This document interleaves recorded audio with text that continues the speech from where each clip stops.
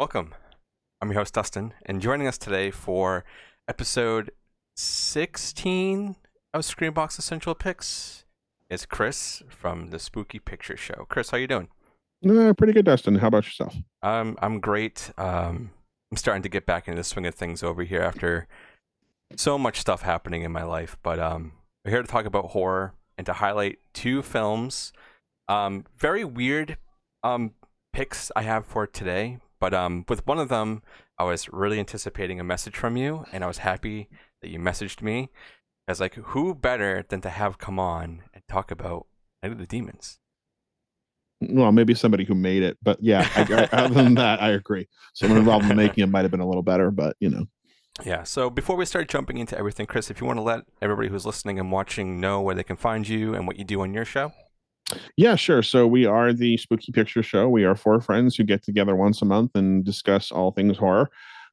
We cover everything from books to movies to music in the genre. We've been a podcast now for about almost a year and a half. We're getting to that year and a half mark. Actually, as of this month, I think it's a year and a half. So, Oh, yeah. yep. And we started, on a whim because we were four friends who, for a solid 5 or 6 years, would hop on PlayStation every night and play games with each other, and found ourselves having these conversations about movies often because we all loved the genre. And then it kind of just sort of the light bulb went off on one day, and I said, "What would you guys think about doing a podcast?" And long story short, we decided to do it, um, and surprised by the results. We're on Spotify, we're on Apple, we're on Amazon. We're pretty much I'm the one who sort of decided where the show was going to end up, and I pretty much just put it everywhere. Yes. So I put it on Amazon even, like, which was crazy to see your show pop up on an Amazon recommended list because like my Yeah. account's not linked to it. So I set up everything separately, and I get like notifications of like, oh, we recommend this podcast. I'm like, oh, that's my podcast. That's kind of cool, that or and creepy at the same time. But yeah, so that, yeah, pretty much anywhere you listen to podcasts. The only place we're not is YouTube because we don't do videos yet. We have discussed going the video route for some material, but not for the main shows. Because they are pre-recorded, and there have been instances where things have happened behind the scenes that we have to edit out later. So Yeah, I love that. you know, I get that but, all too much, especially now yeah, doing video and audio. It's a lot, and I've been debating a lot of taking away the video, but we get pretty good traction on YouTube, so I'm like, I don't want to take that away. yeah, and it's tough editing with video too because if somebody flubs up on audio, it's very easy to clean it up and Yeah, hide it. But on video, it's like someone's head is here, and then all of a sudden they're over here in a split second because they're not thinking my head was in a different position when I screwed up, yeah, and I got to keep an eye on that. But we've thought about it, we've talked about it, we've definitely because we've done a few of us have done some virtual movie nights, and some hilarious results have come from that because we're actively trying to find the worst movie ever made, oh and we yeah, keep picking these awful, trashy, just unbelievably, how did people, not only how did this get made, but how did it like see the light of day? Like recently we watched Nuki, and I think it broke Michael Felsher, like completely just destroyed his spirit and will to live. It was such an unbelievably crazy, oh my God, this movie got seen by people and someone thought we can make a buck off of it. And yeah, yeah, anyway, so but yeah. that kind of stuff. So that might be the kind of stuff we do video content for, but we'll see. Hell yeah, I want to see that. I really, really do. Yeah. Um, but going forward, we're going to be talking about two films today that we think are essential for your viewing. If you're on ScreamBox, whether you're a subscriber, whether you want to become a subscriber, because I say all the time with other fellow podcasters and whatnot, whenever they come on here or just like chatting with them in the DMs, when they go on the ScreamBox, they're like, dude, there's so much shit on here. I don't know where to start. So couple months back I started doing this, and it seems to be helping a lot of people try to create a list of what to watch and whatnot. Not all of them are going to be great, okay? These are my essentials essentially, and it's just recommendations. If you don't like them, that's fine, you don't have to like everything. But today we have Night of the Demons and Breeder. Night of the Demons is more of a you can watch it in a sitting and have a lot of fun, and Breeder, um, you're gonna feel really gross after. Chris, I know you didn't have a chance to watch Breeder, and that's completely fine. But if you do, you're gonna know exactly what I mean, and I'll get into that after. But Okay. we're gonna start with Night of the Demons. So, Chris, why is this an essential film for you? Oh boy. Well, it's everything that you love about the 80s and somehow manages to turn it up to 11. It's a slasher movie and a possession movie, rolled into a haunted house movie, and it has amazing special effects, a really kick-ass synth score that makes it stand out, and some really clever pieces. Night of the Demons oftentimes gets lumped into that B movie cult stupid fun type of a movie, but it's not in a lot of ways. There's a lot of really creative and unique stuff that really is specific to this film and wasn't being done with films of this ilk. You had a director who Kevin Tenney, who really wasn't a horror fan. He enjoyed the genre to a certain extent, but he wasn't like a diehard horror fan. And he wanted, to make the best movie he could with, with the means that he had with the script and everything like that. And the writer was a horror fan who was really into The Exorcist and kind of was into slasher films, but didn't like the mass killer deal. So he Yeah, decided to kind of combine those two elements and make something that nobody had really done yet. Um, Evil Dead existed, of course, but Evil Dead still didn't have that slasher formula like yeah, exactly. this movie really does. It's got the quintessential slasher cast, the everybody from different backgrounds, all from, and these are people that never would hang out, out in real life, like only in a horror film, and they all just get picked off one by one. But as they get picked off, the things that are picking them off are picking up rank. So as each character is killed, they come back and they're trying to kill the people that are left. So it lessens the chances of survival for the people that are left. And it does something that a lot of horror films, it still gets credit for this, despite the fact that there are more horror films that do this. But back in the 80s, it was more of a trope not to. The black guy survives. Yeah, And not only does he survive, but he's really the most intelligent character in the entire film because every literally, time, yeah, every literally. time something bad goes wrong, he just takes off. He doesn't stick around to I'm figure out out. what's happening. He's just like, fuck it, I'm gone. And another thing that it does differently too is a lot of, Scream sort of brought attention to this, that the characters, the survivor, the final girl, has to be a virgin. In Night of the Demons, she's not a virgin. She is very, when the conversation comes up, she tells the guy who's asking her, it's none of your business. Yep. She doesn't say, no, I've never slept with the other dude that you're worried about. She just tells him it's not your business. So she's not a virgin. So, Yeah. that. It's a But super fun film. It really is. I was so happy when it dropped on here because I have a physical, and I don't think this was streaming anywhere else, was it? Maybe you could rent it, it. it's been on Shutter for a little while. And it's been on Amazon. It's popped on and off Amazon Prime, but it doesn't stay on. I mean, Shutter, I think it came on right before Screenbox had it. So Oh yeah, I I think I heard, remember seeing it on there. That might have yeah, been it. I heard Screenbox was putting it up, and I, when I always think it's great that it gets thrown on streaming services, not thrown on, but put on, so more people can see it. And it's just one of those deals where you're watching, if you watch the opening credits and you're into it and you love it, the movie's going to be gravy for you. But if that doesn't do it for you, then it might be, the rest of the movie may not play out as well as you would hoped. There's one thing about this film that I have found, that I've had to practice myself doing, is sort of temper the expectations. It's a great film, it's a lot of fun, and it's again, it's smarter than most films of its ilk, but it also is a low budget horror movie. Yeah. It's a little rough around the edges in some ways. I love everybody in it, and I love the makeup, and I love the music, and I love the atmosphere. It's all fantastic. But for some people who aren't as well versed in horror, the acting can seem a little shoddy. I don't think anyone's ever said the special effects are bad. I've never talked to a Oh person no, who was like, no. the makeup effects look bad. They're wonderful. Steve Johnson did an incredible job delivering on, again, with no money. And there's not one bad effect in that whole film. Even the eye gouging scene, like, Yeah, I agree. it's the razor blades to the throat. I mean, it's a good news for gorehounds, is I think what Variety said, and I think that's still very true for it. But I do find that if I hype it up too much, that some people will watch it expecting like a $3 million movie or something. It wasn't even $1 million movie, and they're like, oh, that was fun, but it's like, shit, I did it again. So, but it's a great movie. It's just, and it's perfect for Halloween. It's really got, Oh yeah, for uh, sure.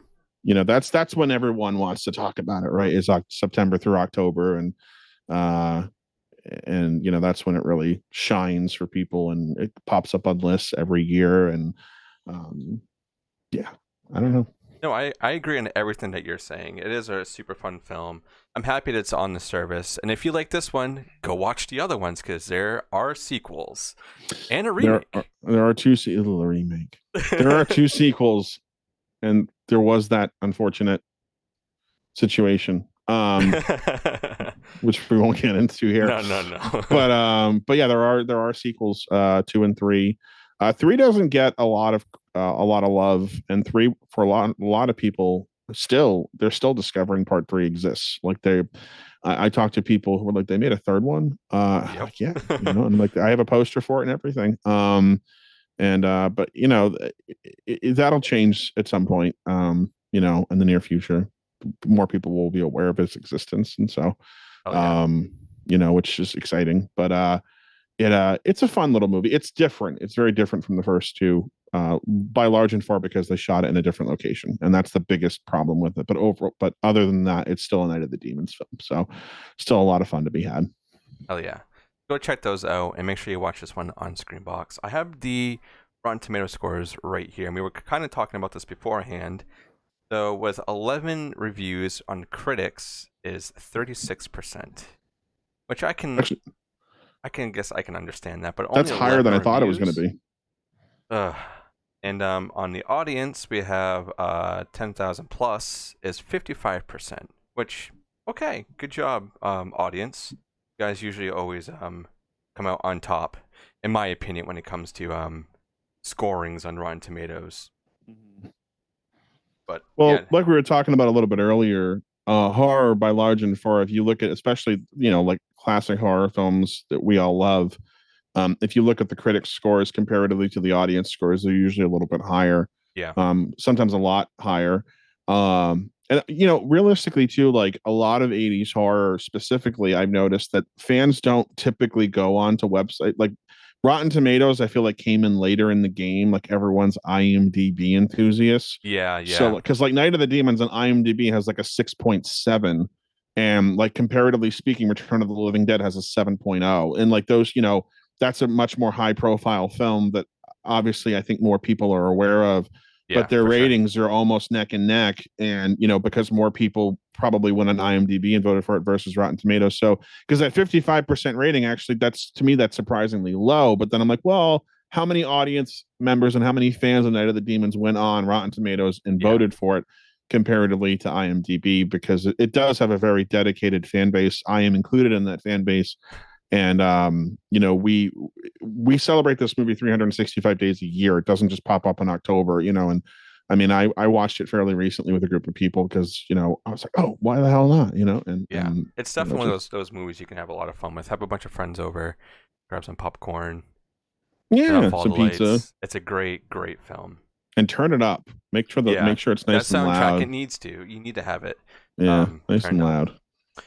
All right, so that's Night of the Demons. Now we're gonna move on to, I think, the polar opposite of fun is Breeder, and I like to kind of do that when I do these matches to kind of offset things to kind of get people to get two ends of the spectrum essentially. So Breeder, I'm pretty sure this is a Danish film. This is another thing that Screambox has been doing that I really like, that I wish other services were doing. Shudder does it, a little bit with foreign films. I love seeing how films are made around the world and how they tell stories. And Screambox has a lot of Asian films on there right now, which I really really enjoy. So this is Breeder. This is from 2020, but I think every time I go somewhere else, it's either 2020 or 2021. I really think it depends on just on the territory that was released in. But this is synopsis for that is a ruthless businesswoman is abducting young woman as part of a gruesome biohacking experience to reverse the aging process. Yeah, it's Interesting. it's a really fucked up film, but I enjoyed it a lot because it has so many different tones throughout. You're not really sure where it's gonna go. It has like the sci-fi element to it, but then also kind of lands into like real life almost in a way. Like, okay, I guess some of this could happen. I'm pretty sure it's a husband and wife, and the husband's like kind of like in in cahoots with this other person because they're making this business, and they're essentially almost like scamming people with these pictures of hey, we made this guy look 70, and now he looks about 40. And they're always like these big people, and like, oh my god, is that photoshopped? No, no, it's not. But you never really see these people in this film of who they're like kind of talking about. But as the film goes on, you start to realize that there's something way more fishy going about because it's this one lady and this one guy, and the husband has like barely any idea of like what's going on with the business that he's funding, and to create this quote unquote pill to make people younger. So his wife helps this lady who was I think walking dogs or something, and she gets attacked and put into a van, and then she gets out, and then she finds her way to the house. So the wife brings the lady in, and then the husband's like, oh, okay, I'm gonna go take her to the hospital. All right, so we're like, all right, that's fine. And then he leaves, and then the wife Mia, who is very like antsy, like, oh, what's happening on the computer, which we see her do earlier, is essentially like look up like what he's doing in his emails, like she's almost like spying on the works. And she finds out that the location, because he has an iPhone, so you can find the iPhone, you can see where they are. So she looks on there and finds the lady not at the hospital, and then a lot of shit happens. We'll just say that there's a farm of women being essentially bred to Oh my. to take the spines out of babies. It's really fucked up. It's crazy, and there's a lot of like abuse in it. So it's a very like heavy movie compared to Night of the Demons, where it's just like it's a slasher and a bunch of other things mixed in. Have a lot of fun with it. Breeder, you're going into it like, where's this gonna go? And you're kind of having fun, and then you feel really bad at the end, but then you feel good again because of what happens at the very end. There's a good payoff, I will say, but it's also kind of a weird payoff. And on Rotten Tomatoes, there's only 11 reviews on the critic side, and it's at 64%. So that's not bad. I will see what's on IMDb because we always know that there's a different rating on there.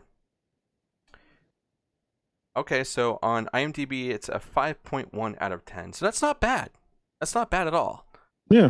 It's about average for it being a foreign film. It's about average, yeah. For being a foreign film, too. And this has actually been on SCREAMBOX for a while, and I've been meaning to watch it and put it on the list. So when I did watch it, I was like, oh, I don't have anything to pair it with.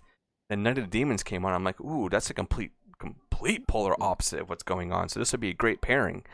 So I highly recommend you go check that one out. I don't like to go in too much detail with the films because there's a lot. I think I already kind of gave away a lot that's going on, but there's a lot more. I think it's almost like 2 hours. And I think Night of the Demons is about an hour and a half, right? I think it's like right at that sweet mark. Yeah, it's actually exactly 90 minutes when the credits are over. That's an hour and 30 minutes and like 3 seconds. And don't ask me why I know that off the top of my head. But And then, as always, at the end of these, when we're done, kind of talking about these films, I like to give you my recommendation of how you should watch these if you want to pair them up. I would highly recommend doing Breeder into Night of the Demons, unless you want to end on a really downer note.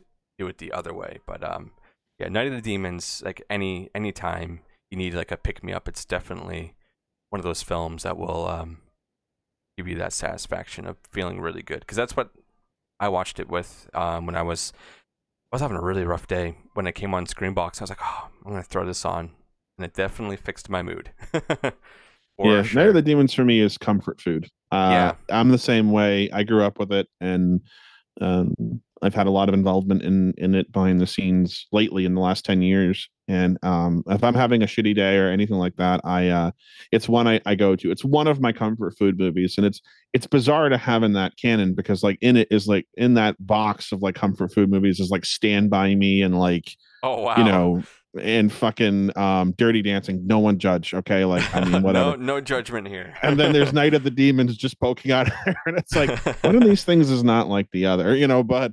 in Return of the Living Dead is probably actually part two would probably be in there more than the first one.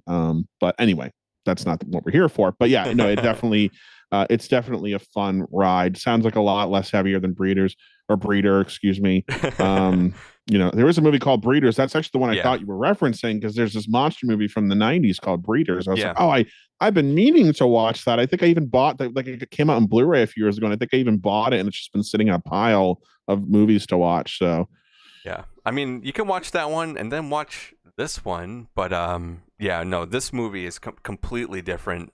Super heavy tones going on, a lot of abuse, a lot of people getting beaten up it's foreign, and right? baby stuff. Yeah, it's foreign.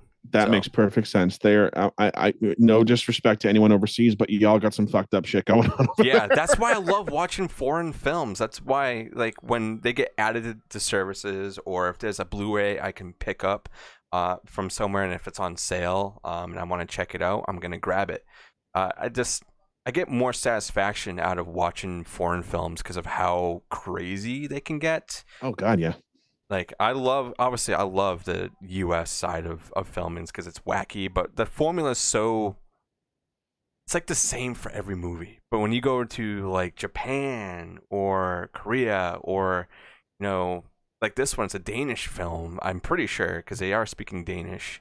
Mm. It gets really fucked up, and I'm like, I like this, but I don't like the way I'm feeling. I you know? don't know if you remember in the early 2000s, because when DVD was big and studios were looking for content, because before, a lot of folks probably, I don't know what your audience age range is. Maybe they're around our age, they're a little younger, Yeah, they whatever. But are. if you're younger, there was a period of time where like, studios like Lionsgate, who were big players in the game, were picking up independent films from overseas and releasing them here because they were looking for stuff to put out. Yeah. And we started seeing this flux of French movies like High Tension Oh and yeah. Frontiers, and like they were so fucked up. Inside was another one. Like at that time, that these all came out around the same time, and we sort of learned that like, yeah, the folks overseas are like messing around with some messed up shit over there, and like, it was stuff that we in the U.S. we wouldn't even touch. I think even in a way, we sort of proved that when I think someone in the U.S. remade Inside, and it was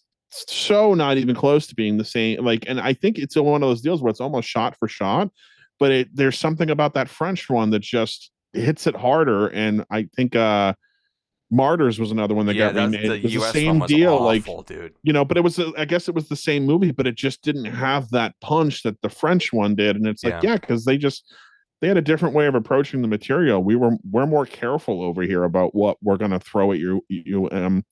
With the exception of like something like Evil Dead Rise, I think is the first time I went into a theater and said, "Oh my god, I can't believe they did that in a movie Yeah, in a that was a theater." really You know what I crazy mean? one. Like there was, I mean, there was for like a lifelong horror fan. You think about that kind of stuff and like passing, like, oh, this movie was so amazing because it had X, Y, and Z, and it feels made up when you're explaining what Evil Dead Rise had in it. But I'm like, no, that actually happened in the movie, Yeah. and it's crazy. And I loved Evil Dead Rise. I don't know how you felt about it, but it Oh was yeah, I just did like, too. I did too. I got the poster and but then everything I over found here. out it wasn't made in the US. It was made in like Australia by a European director. I'm like, oh, now it makes sense. So, Yeah. but whatever. Yeah. So you got to really digest those foreign films when you can. And Screenbox has been putting out a lot. There was another one I just watched that obviously this isn't part of the list, but it might be on here at some point. It's called New Religion, and it's a pretty bizarre. I think it's a might be Korean. I think it's a Korean film because there's a lot of Korean and Japanese films on Screenbox right now. That's pretty bonkers. And that one Yeah. was definitely pretty fucking crazy. Well, you can see how kind of fucked up, not fucked up part of that, because maybe, culturally different Japanese is when you watch something like House that's from the 80s, Yeah. that Japanese movie called House. And I saw it like years ago, and I still remember parts of it vividly because it was so messed up. Now, Yeah. I didn't love the movie like other people do because it just wasn't, that cerebral sort of out there, no explanation, random images happening. For me, I'm like, this isn't a movie. This is clips. Like, this feels like a YouTube best of clip thing. Yeah. Yeah. But you can watch it and go, wow, these people are really like, they're really out there for us. You know what I Yeah. mean? But when they might look at stuff that we've made and go, oh my gosh, like these people are crazy. So I wonder what the cultural different, like how in Japan, they look at like our modern horror compared to their modern horror. And like, if we're just tired and they don't give a shit, or if they're trying to one up us and they're seeing the stuff that we do. And like, well, we're going to do that, but we're going to do it better. Because there was some zombie movie from Japan called Junk that was a big deal when it came out, and like Japan, it was like the first like straightforward zombie flick that Japan had ever made. Like every other zombie movie, like they were supernatural somehow. They could fly, they could Oh talk, they yeah. could, they knew kung fu, but this was like a Yeah. straight up Lucio Fulci zombie movie ripoff. And it was like, just super gory. But I remember watching that going like, oh, I'm kind of underwhelmed by this because I expected it to be so crazy Yeah. and it Super really over the wasn't. top.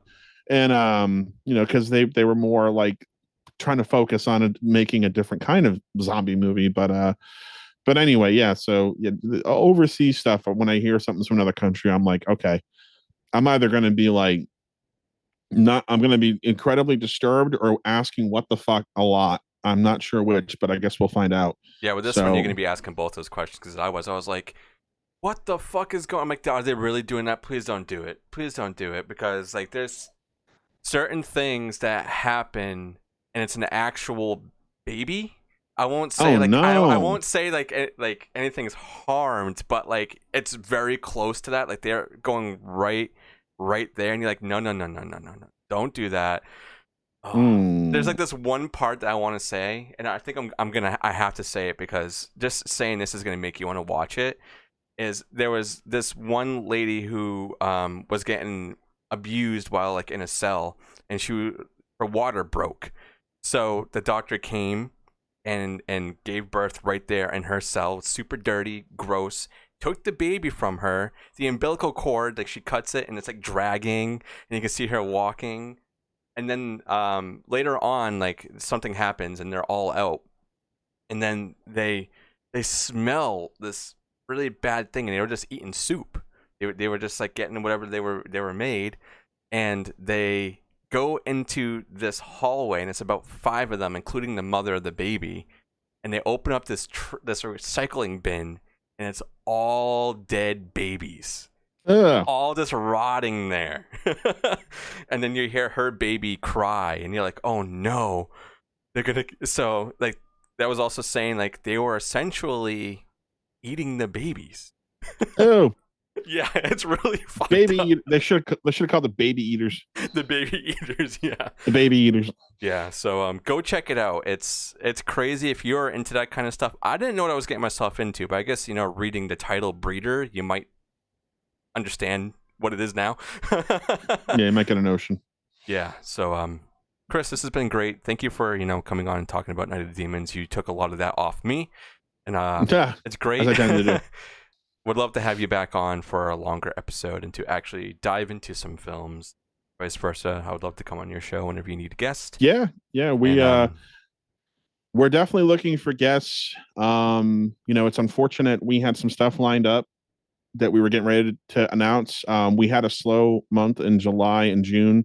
Not sure. I Wait a minute, feel May. that. Excuse me. We didn't have an episode at all in May, and we were supposed to have two episodes come out in June, and it didn't happen, and unfortunately, and but we did get one out, which is great, and we have one coming up this month as well But we had some guests lined up, and then the strike happened, and they Yeah. all dropped out. And we understood, and we actually even said to them, like, don't feel obligated. We fully respect you guys and want you guys to do what you need to do.